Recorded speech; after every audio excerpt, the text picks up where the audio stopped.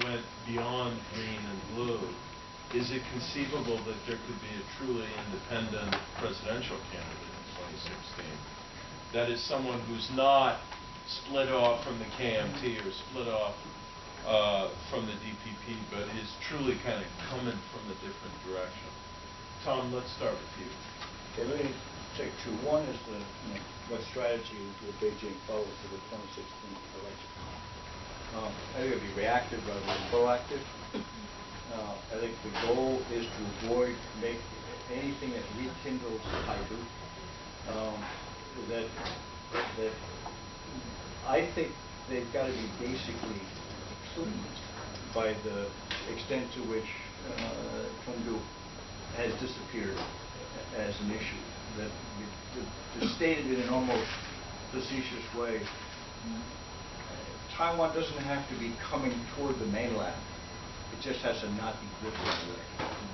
And the sort of the status quo for right now, I think the next few years that's acceptable.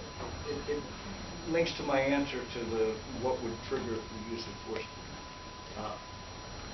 I think anything short of an outright declaration of independence is not going to do it. Again, the larger context is this election took place in a reaction in a phase in which, at least my interpretation, Beijing is pulling back from its more assertive behavior in the region. That it recognizes that its harsh attitude on the South China Sea, East China Sea issues with India, it produced a negative reaction and has become more cooperative, olive branch kinds of things. I think it's going to be even more sort of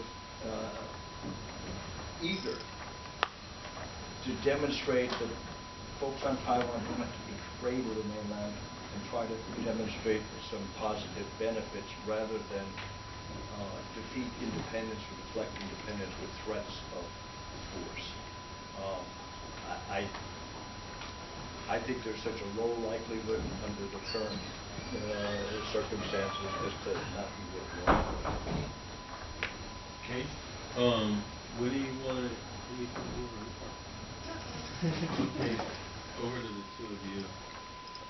Okay, so let me respond to Larry's question real quick. I haven't thought of this question before, but let me put it this way. The precedent is there for a third-party candidate to actually take a significant share of the vote in the presidential election. It happened in 2000, and in fact in 1996 we had a three-way split with different campaigns all winning a significant share of the vote. So if it's going to happen, it's going to happen in the presidential election. The problem is the candidate. And it's not clear to me who in Taiwanese politics right now has both the stature and the kind of nonpartisan background to be able to pull that off. Because the closest we have, he just got elected Taipei mayor. He's not going anywhere in 2016. I think the next 2 years he's got a big task ahead of him. I think if he survives the next 4 years and actually wins re-election, that in itself is a major accomplishment. So. And it's not even 2 years. Yeah, that's true, right? 14 months. 14 months. So I don't see a candidate. It's not out of the realm of possibility. I do think there's a possibility of a spoiler candidate. From either camp potentially, if they don't manage their succession struggles correctly.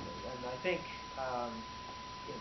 one thing I didn't mention in my talk, but I'd like to emphasize now, is that I would be very wary of reading a DPP victory into this election outcome in 2016.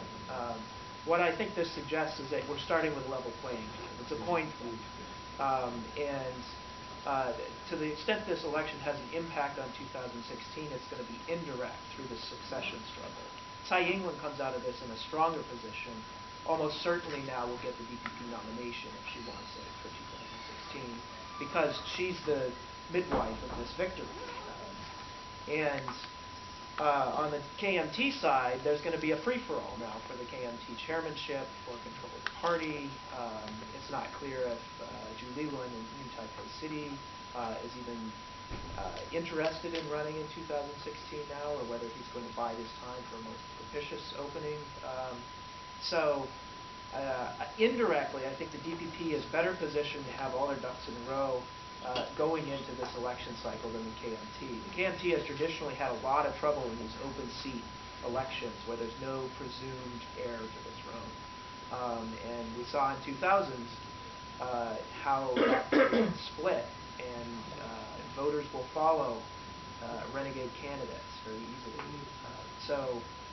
That's the way we would get a third-party candidate, I think, making a meaningful impact in 2016.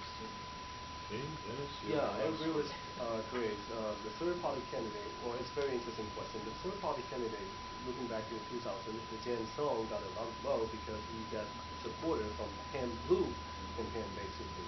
So I will say in a very short period of time, it's hard to foresee a truly third-party candidate.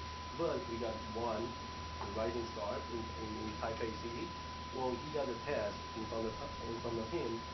In the long run, probably, well, if he can do a pretty good job, he could be the one. Taking into account the influential factors that drive voters' decisions, the leader image and performance. If we take that into account, if that is still matter, then you have to have some experience and history in the past.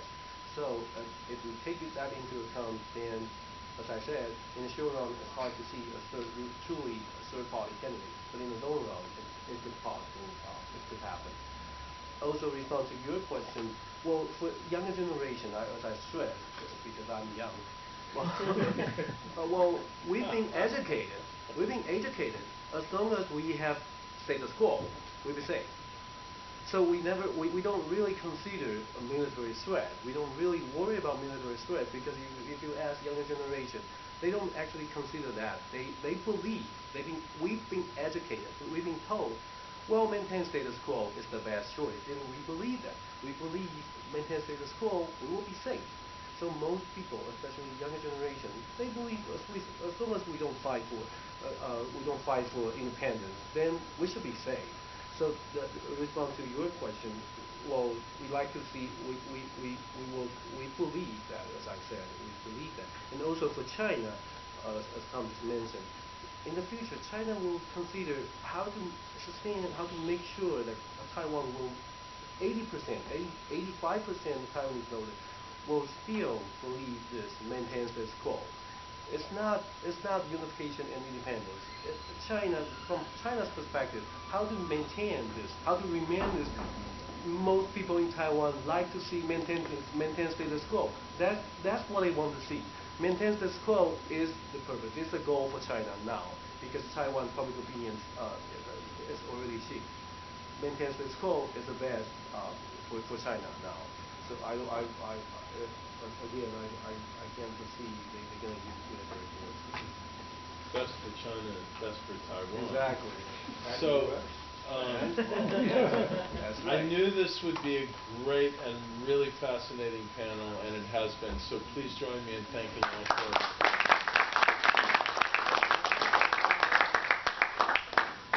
for